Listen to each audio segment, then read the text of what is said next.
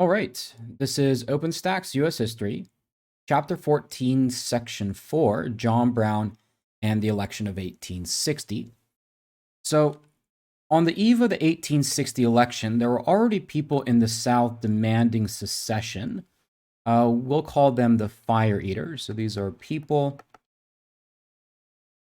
demanding secession. That is to break away from the United States or to leave the Union. So, secession means to break away from the U.S.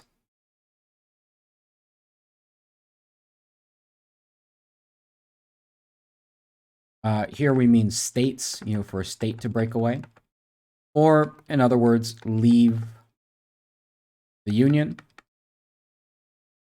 But there were still some voices in the South and the North who were looking for a less radical approach. That changed in some ways with the actions of John Brown.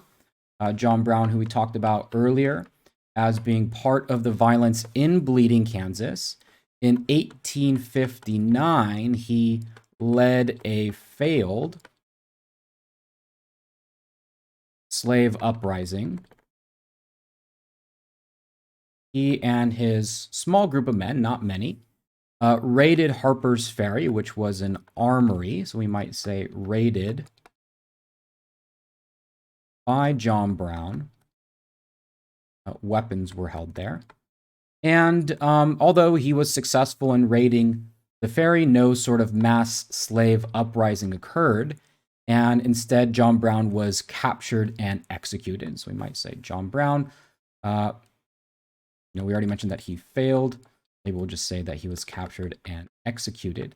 And, his actions by taking a violent approach polarized the nation even further.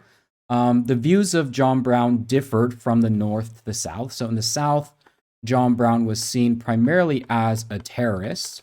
And in the North, he was seen as a martyr for the cause of anti-slavery. But in a lot of cases, he made the fear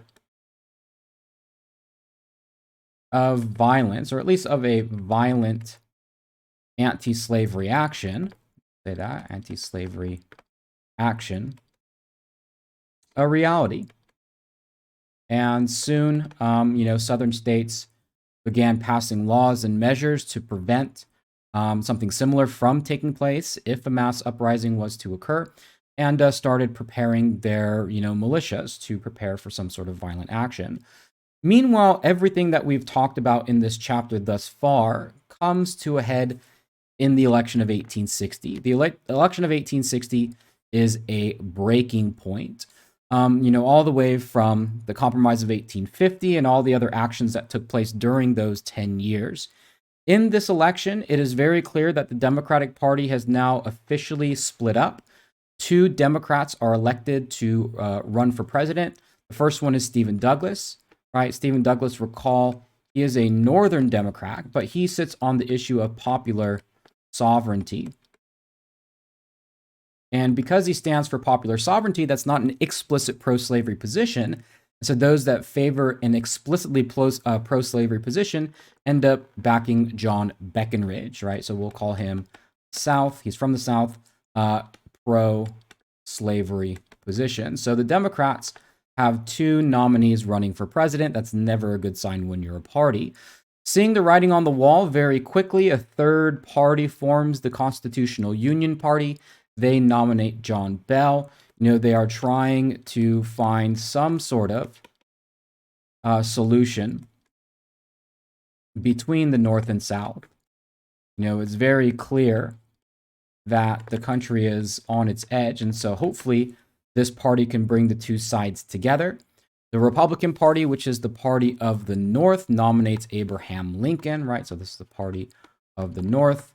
Abraham Lincoln is a sort of moderate anti-slavery voice. He's not, at this point, he's not an explicit abolitionist, at least not the politician Abraham Lincoln, but he's become very popular thanks to the Lincoln-Douglas debates.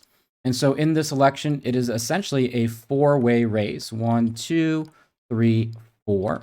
When all the votes are tallied, Abraham Lincoln wins the election. He is elected president in 1860. We can see here on the map that the red states voted for Lincoln, or pink, whatever color that you want to call it.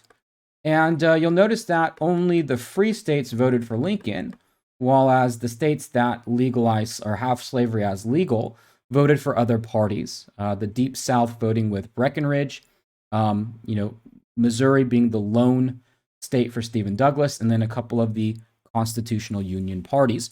But the reason why 1860 is important is because that is the moment that South Carolina becomes the first state to secede from the Union. First state to secede from the Union.